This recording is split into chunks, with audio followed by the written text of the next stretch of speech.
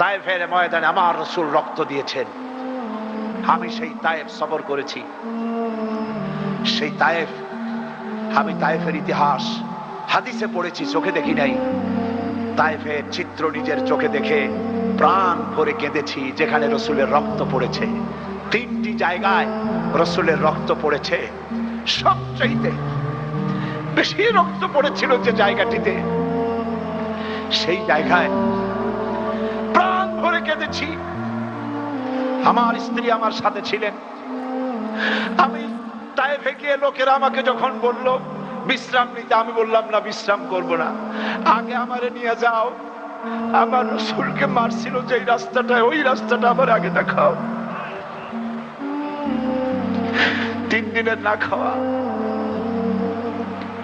রাস্তার 2 দিকে কাফেরেরা দাঁড়ানো, চতুর্দিক থেকে পাথর মারা শুরু করে দিল।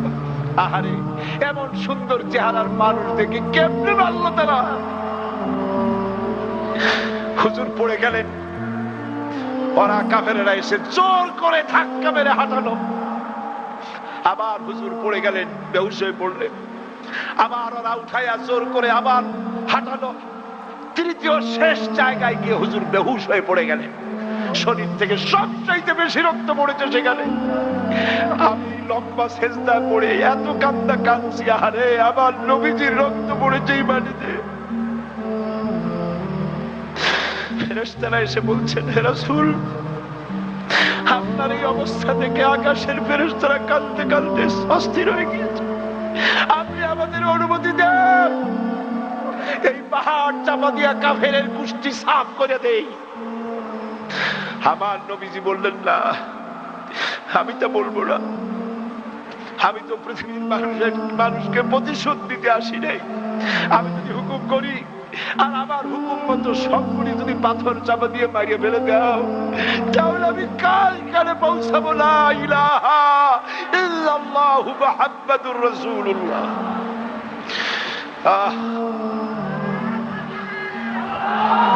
রাসূল করিম সাল্লাল্লাহু আলাইহি ওয়াসাল্লাম উঠে বসেছেন, সঙ্গে যায়েদ, রক্তাক্ত শরীর।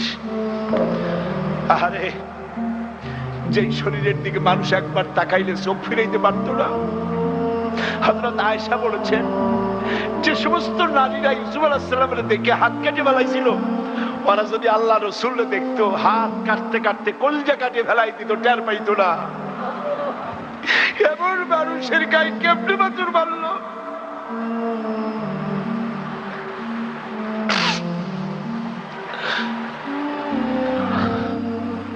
রাসূল করিম সাল্লাল্লাহু আলাইহি ওয়াসাল্লাম বসে আছেন, শরীর থেকে রক্ত ঝরছে।